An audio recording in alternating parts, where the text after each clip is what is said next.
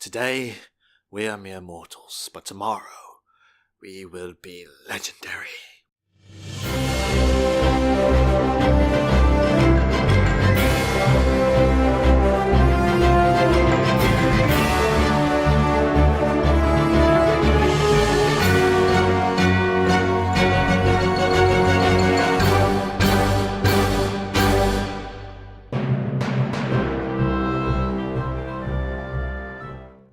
What's up, guys? Mikey here, and welcome to another episode of Comic Junkie's Corner. So, we are here to talk about DC's Legends of Tomorrow. I didn't get to talk about this last year because craziness and holidays and plays and stuff like that, all that was going on. But I'm finally getting to talk about this show. It was one of my, if you guys saw my top 3 comic book TV shows, you saw that it was in my top 3. And it was well deserving of it. This show surprised the crap out of me. It took side characters from both The Flash and Arrow, and none of these, I'm being honest, none of these characters seemed interesting enough to carry their own show, to carry their own spin-off. And that's not saying that these characters were bad. They weren't. But that's the way they were written. They were written as supporting characters. So they weren't given a lot of... they were given the right amount of depth that they needed to be as part of the show, while the show focused on the main characters.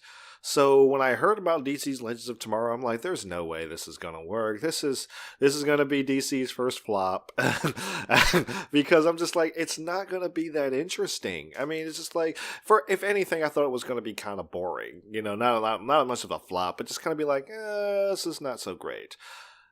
But dang it, if it didn't surprise me. At every turn, this show genuinely surprised me.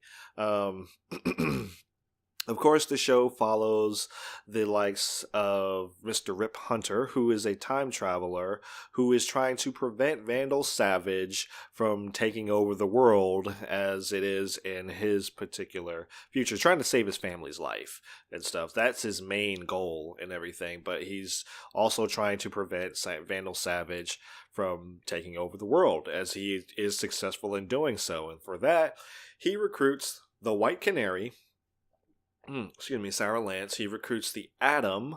He recruits Captain Cold, which you definitely don't expect. He recruits Captain Cold. He recruits Heatwave, Hawkman and Hawkgirl, and also Firestorm. And at first I'm just like, oh, okay, it's an interesting group of people that you're actually gathering together, but hey, why not, So come to find out, like, okay, yeah, these people were like supposed to be like great heroes and stuff like that.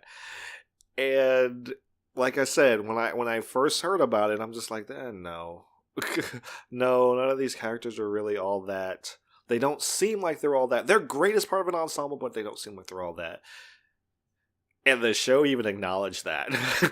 There's literally a line that says like that when they find out why they're actually there, it's because they're expendable. Their deaths would mean the littlest bit to the timeline. So if they died in the future or in the past or wherever, it won't affect the timeline that much. And I was just like, wow. Wow. I mean, I wasn't that harsh. I mean, I liked them when they were there, but golly, that's rough. But yeah, so basically they're DC's versions of the Expendables for the most part. They're just, if they died, it wouldn't matter. And I hate, that's so sad. That's so, to know that you're on this mission like, hey, if I die, what are you going to do? Right?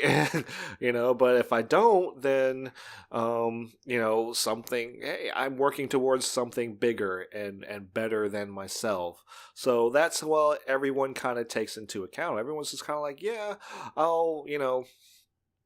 I'm working towards something bigger and better. And even Captain Cole was just like, well, if this happens, then hey, I can't rob stuff, so you know, I can't be a criminal in the future if it's going to be taken over by some dude. So I'm like, yeah, I'll help out, you know. And Heat Waves is kind of his right hand man, so you know he goes along with it, and they're just really there so they're initially there so they can pillage stuff, but um, I feel like Captain Cold's was a little more noble than Heat Waves originally was.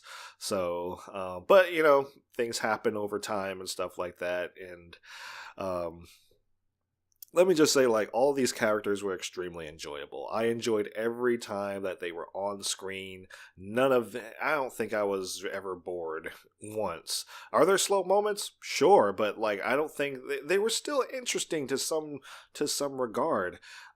I don't even think there was filler in this series. It's a short series. I think it's like 16 episodes or something like that. It's shorter than all the other TV shows, comic TV shows that are out now, except for Luke Cage. I think Luke Cage is 13 episodes. So, but it's shorter than most of the other ones. So it's like it's really. It has a plot, it focuses on it, and it goes for it, and everything seems to like want to build towards that. I would say the weakest thing in this show is Vandal Savage. Vandal Savage never struck me as intimidating. I really felt like it was the presence that Vandal Savage commands that makes him intimidating, and I never felt like he really commanded a presence. I felt like anyone could beat his ass at any time. Yeah, I really felt like that, you know, just like, it's not like, oh man, I'm trying to figure out who to really compare him to. But, you know, like, maybe even like a Hannibal Lecter type. It's like, you don't want to go into a cell with Hannibal Lecter. You know, you just like, because Hannibal Lecter is intimidating. You know, he just has that presence that's intimidating. You don't want to go into a cell with the Joker. The Joker, depending on which Joker it is, but the Joker can be intimidating at times. Like, you don't want to go into like a cell alone with these people. I felt like if you locked me in a cell with Vandal Savage, I wouldn't care. I wouldn't care. Was he creepy? Yes, he was very much creepy, but he never felt like intimidating. And yeah, he was a great fighter. He could whip some ass and stuff like that. But I never felt like that intimidating presence from him. And that, if I were to say like anything, that would probably be the weakest part of the story. And like, he's a good character. It's just like, I was never afraid of him for a second. And like I said, there's times where like he is just a straight up sleazeball, like slimy and just like, God, you're disturbing. It's just like, but you know, like I said, that doesn't equate to intimidating. I never felt like I was afraid of him. So, like I said, that's probably the weakest part of it and everything. What else? Oh, unfortunately, like I said, it doesn't matter that most people die. Well, Hawkeye. Why do I keep calling him Hawkeye? Hawkman. Hawkman is actually the first to go, unfortunately, and you don't see him throughout the series, but you see incantations of him. He's never like completely out of the series, like they wrote him out or anything. He's there, but he's playing himself as different parts and everything. So like, you go back into the past, well, obviously like these Thanagarians have been around for years, so you see past incarnations of themselves and everything. So you see past incarnations of Carter Hall. You see future incarnations of Carter Hall. He's always there in the show, and he's always has something to do. He's just not Hawkman. You know, at that current point in time, he's just not Hawkman. So, and so I mean, it was kind of a sad episode, but I think the absolute saddest, and possibly the most unnecessary, if you want to argue that too, but possibly the most unnecessary death was Captain Cold. Because I'll go into that. I'll go into that later. There's actually a romance in this story that I didn't want to see until I saw it. because I saw it developing, and it was between the Atom and Hawk Girl, and I'm like, I don't want to see this. This is gonna bog down the team. Don't introduce romances on the team. Don't do it. It's not gonna work. It makes it extremely hard. I was kind of happy that the White Canary was gay. So like she didn't like involve herself with the other guys and stuff like that. I was kind of happy about that. And now this element was being introduced. I'm like, no, you're going so well. Don't introduce a romance or anything. Tell me why the romance was actually intriguing and actually revolved around something. So when they actually do get involved, and it's like, they get involved, and there's that little tiff, there's that little cliche thing like, oh, well, like, hey, I'm your teammate, not your girlfriend, and stuff like that. Or right now I'm your teammate, not your girlfriend. Get it straight. It's hinted at one time, and that's it. It's not like continuously over episode after episode, which I was really worried about, because that's happened with a lot of when you introduce romance between two people in a superhero team. That happens, and you feel like, okay, this is gonna happen. This is gonna do this thing. It's gonna do this thing. It happened in Young Justice, and that was one of the annoying things that I felt about it. Was just like, he's trying to protect, Superboy's trying to protect McGann, and it's like, don't spend an entire episode on this, and they don't in Legends of Tomorrow. It's hinted at one time. It's just like, look, hey, I'm your teammate, not your girlfriend right now. Okay. Okay, I'm sorry. Go on for it. It's like, that's it. That's it. I'm like, okay, all right. They grow as a couple. They function like adults. And there's one intriguing part when they get left back in was it 1958 or whatever. They travel back to to capture Vandal Savage, but then this bounty hunter has been after them this whole time, which I'll get into who that is later, but this bounty hunter goes after them, and something happens and actually forces them to retreat, and they get stuck in time for a little bit. But it was White Canary, the Atom, and Hawk Girl are stuck in 1958, and over time they're stuck there for I think 3 years or something like that. So White Canary goes off to do her own thing. She's like, you know what? They're not coming back for us. I'm gonna go do my thing. I'm good. And she goes back to the League of Assassins, of course. And then Hawk Girl and the Atom actually, like, they get really, really close and intimate with each other. Do they show this? Not really. It's very much like a montage. Like, over time, they just grow closer and closer, and like they've been together for years and everything. And what was so interesting about it was that when they came back to get them, the Atom, Ray was happy. He was happy with Hawk Girl, with Shayera. It was just like, man, he was actually reluctant to go back. He was just like, but I'm happy here. I kind of don't want to go back, but Hawk Girl was all about it. She's like, hey, where y'all been, man? We waiting for 3 years. Come on, let's go, and everything. And they started to see that difference of ideals and stuff. So when like the breakup actually winds up happening, it's not so much of a surprise.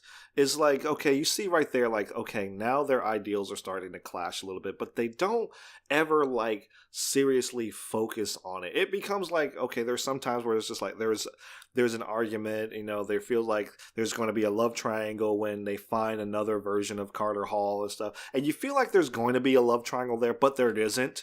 So it's just kind of like, they realize these things as she comes to realize herself more, and realizing that, hey, I am emotionally attached to Carter Hall. That's her soulmate. But it's one of the things over time, because it's very much a development of her character, is that she is over time developing, becoming more and more like the Shayera of old. So And like I said, that's a big part of her character, because when she is first discovered, she doesn't want to be Hawk Girl. She doesn't want to be. She doesn't want anything to do with it. And then over time, she's like, "Oh, and Carter's like, oh, we're meant to be together." She's like, "No, we're not. No, we're not. No, no, no, no. None of that destiny stuff. Nope. Get away from me. Get away. Get back. Get back. Nope. Get off. Get off. No means no." So, but he sticks around and stuff. I mean, he doesn't like push the issue or anything, but he does bring it up a couple times. But the issue's not pushed. But over time, you start to see that the Shire of old start to come out of her more and more before she realizes, like, oh yeah, I am tied to this person. And it's kind of heartbreaking for the Atom. It's kind of heartbreaking, but it was an intriguing romance. I was actually invested in it, and that's to say, like, I was worried that it would bog. I worried that it would bog the team down. It would bog the show down. But it never did, and I really enjoyed that, because like even though like it was its own thing, it still circled around. It still pushed the story forward, because it was showing the progression of Shayera as a character, and as her purpose in life and in the story and everything. So it kind of pushed that forward. So whereas like I said, in Arrow, and you see my review on Arrow, I kind of felt like the tension drug the show down a little bit, because it was unneeded tension. When they would argue and stuff like that, I was like, okay, this is unneeded tension. Like, I like little piddly arguments, stuff like that. I kind of like, I don't care. That's just fun, stuff, like fun couples arguing stuff. Couples argue, yada yada yada, whatever. But like when they would actually have like serious arguments, and it would be about something, I'm like, okay, I need to get over this. Like I understand, like, okay, you're hurt. Apologize, have makeup sex, and go on about yourself. So, it just, I know relationships don't work like that, but still, I'm just saying, like, it bogged the show a little bit. Whereas this one didn't. It didn't bog the show. It actually helped push the show forward. So, this bounty hunter, there's another like little relationship tiff that goes on, and that's actually between Captain Cold and Heatwave. And because Heatwave's always kind of been the muscle, and Captain Cold's always been the brains.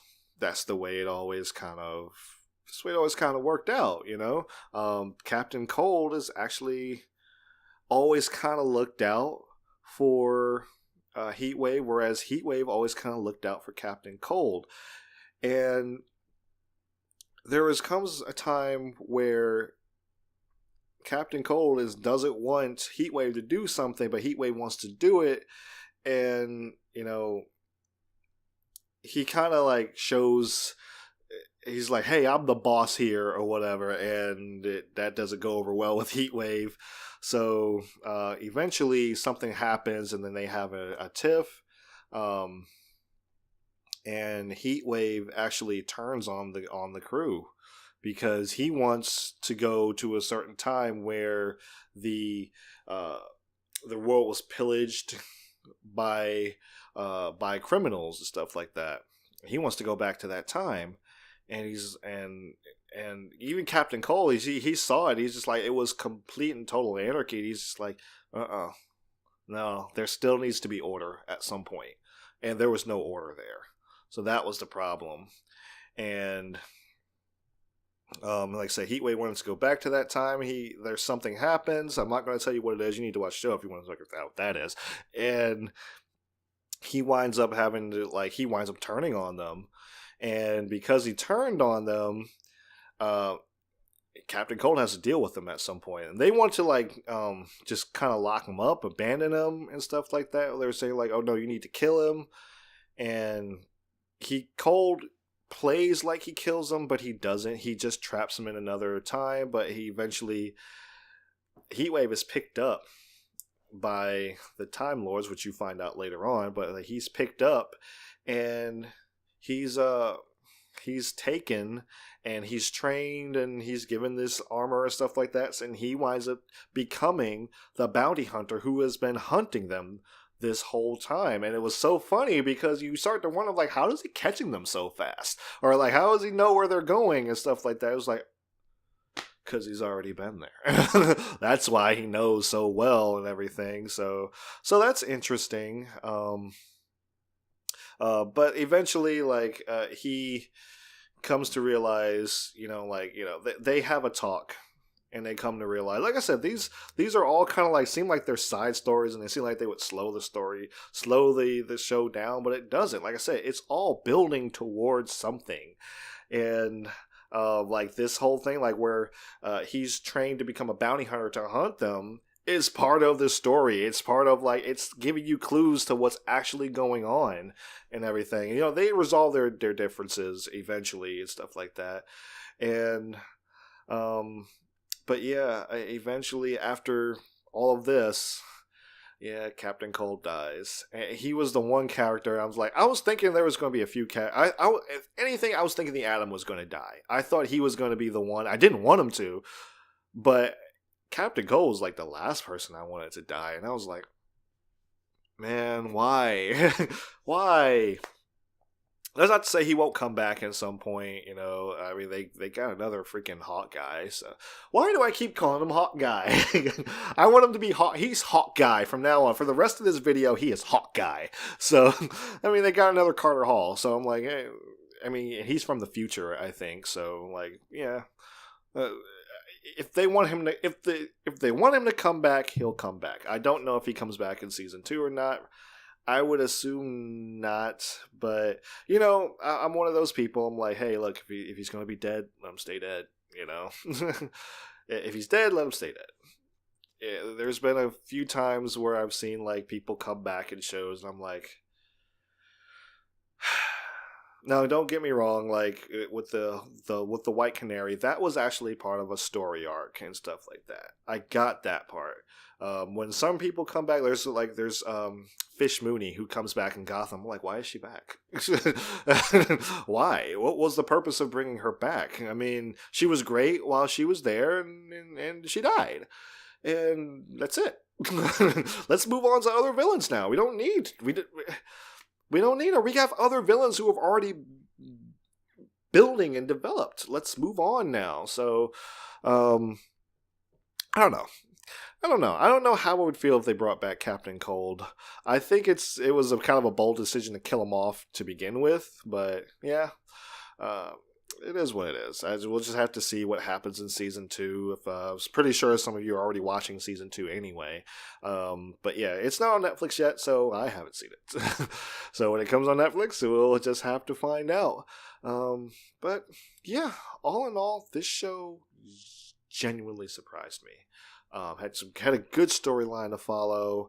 Like I said, nothing was really filler. Everything really built on itself and everything. Every character I felt like was really good. Every character had a decent arc that they went through. And it all built towards something. And I really enjoyed that. And yes, something happens at the end.